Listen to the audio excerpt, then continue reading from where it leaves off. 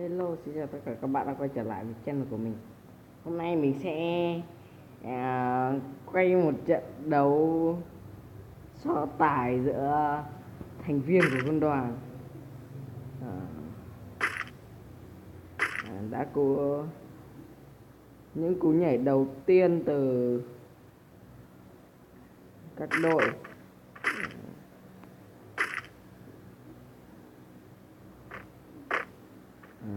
Tôi không biết đây có phải lag hay không, nhưng mà tôi lại không thấy được cái nền nhà, mà tôi cũng chả hiểu tại sao nữa.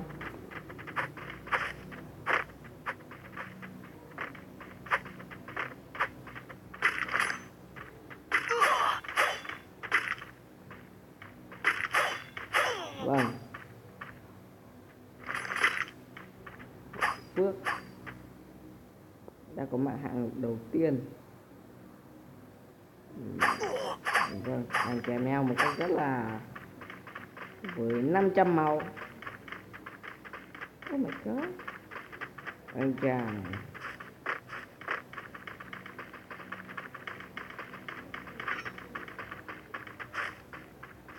Phước Lộ đang chạy một cách rất nhanh. Khó khăn rồi.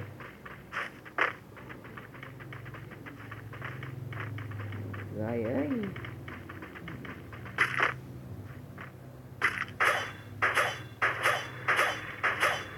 chưa hiểu lắm về cái việc là chém xe.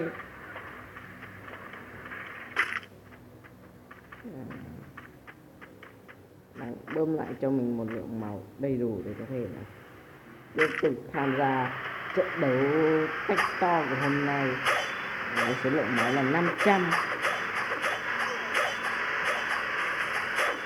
Này là quá bị tệ. Vâng, các quỷ đội tân chết vẫn sống.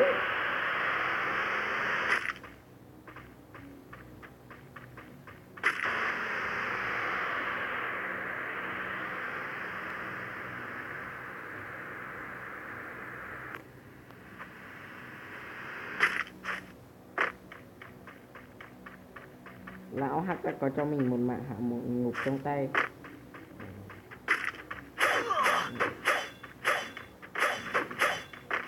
Vâng,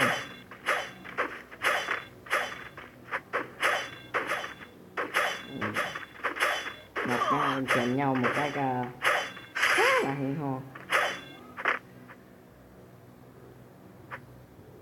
Anh ta đang bơm lại cho mình lượng máu.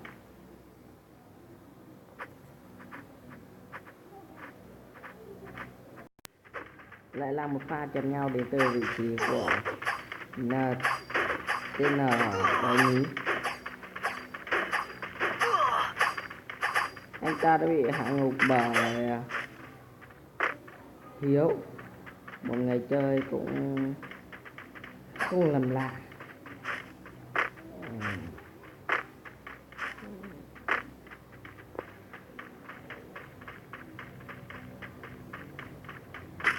Đây có thể là trận đấu chém nhau của các dân chơi.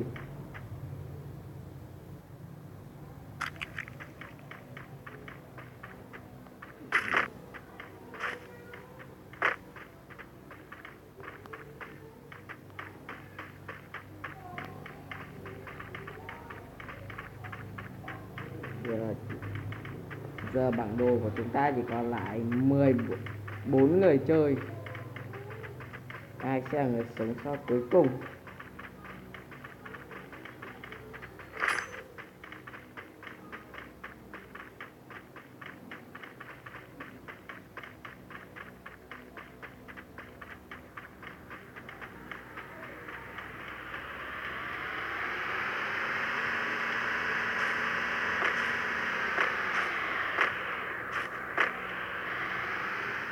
Chưa hiểu lắm.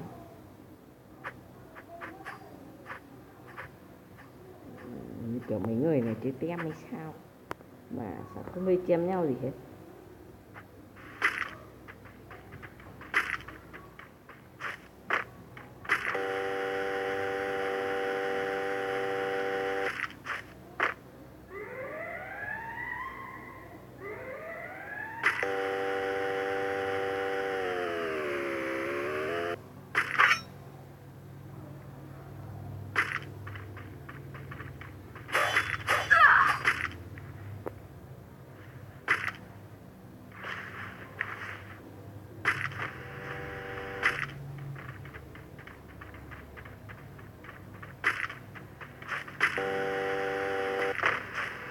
đuổi nhau rất là kịch tính. Toàn đã bỏ cuộc hoặc là anh ta hay tìm cách vâng bắt nhau đi giải đầu tay to.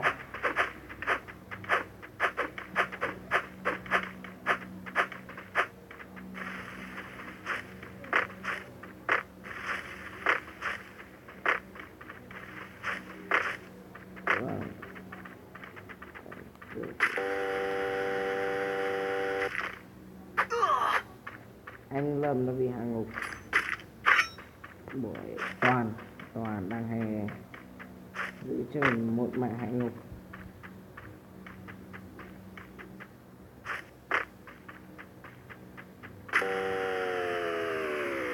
Hai người này có vẻ là đang hay chơi theo cái chiến thuật mà hợp tác.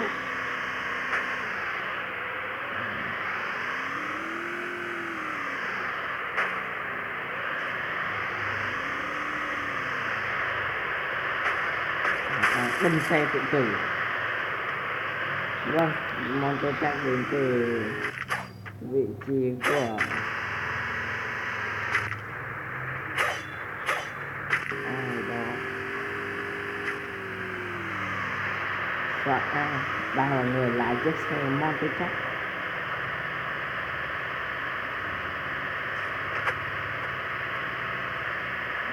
Con này ai đó.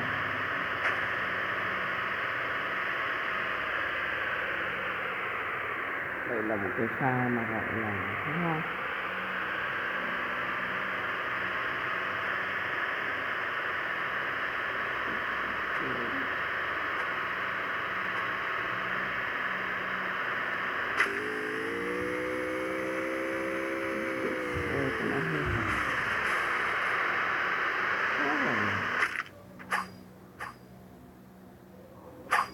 Một mạng là chơi theo cái chiến thuật mà lườm sao gác thịt thỏ đang chạy. Vâng, đây lại là một cặp hợp tác Cờ La và Moco.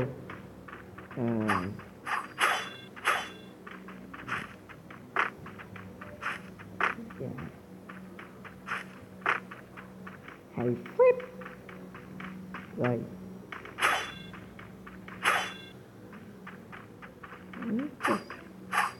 Chia sẻ lượng máu cho nhau. Đấy, rồi lượng máu của thỏ bây giờ chỉ còn là lượng EP của thỏ bây giờ chỉ còn lại 40. Chưa hiểu lắm. Tròn 40. Đúng là một con số đạo hoa.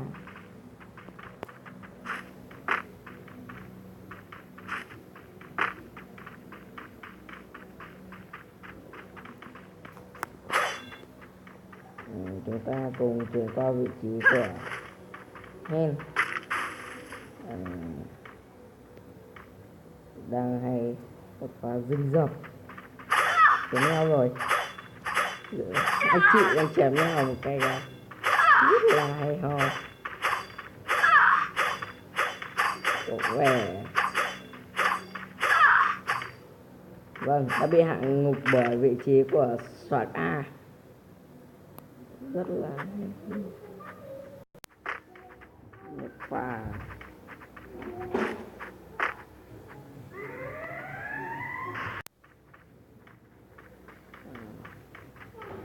soạt đang dồn theo một ai đó. Sẽ kiểm tra xem người này là ai. Thỏ Kakinsu. Vâng, đang có những pha tung xe.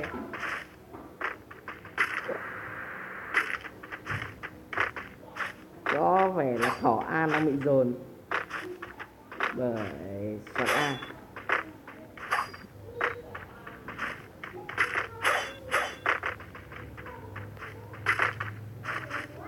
Thỏ chỉ còn lại 418 máu.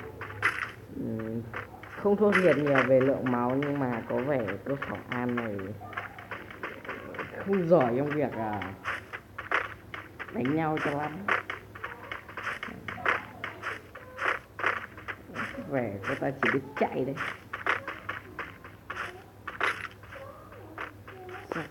Đang này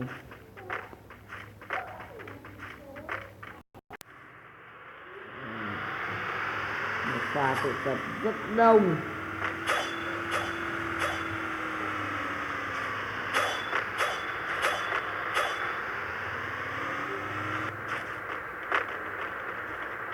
Có vẻ sắp có những pha chém nhau, một pha xe tông. Vâng, đang chém nhau một cái rất là ghê. Soạt đang hành, soạt A đang hành này. Vâng, một pha tông trường. Khẩu A đang có vẻ nó thoát khỏi sao đang hành ngồi đó cũng chưa biết được đang mưu tính gì đó. Có phải cô đã AFK rồi sao? Có vẻ là vậy.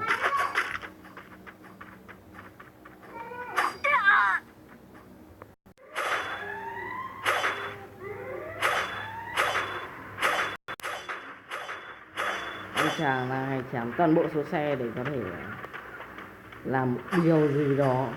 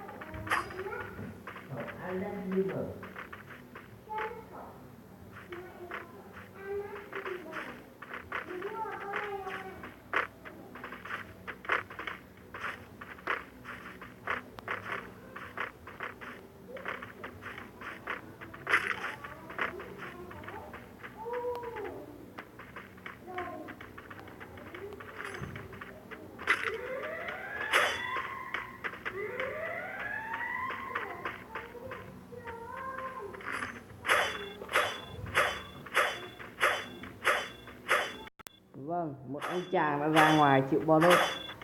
Liệu đang dự đoán là Hiếu nó sẽ là người chiến thắng. Vâng,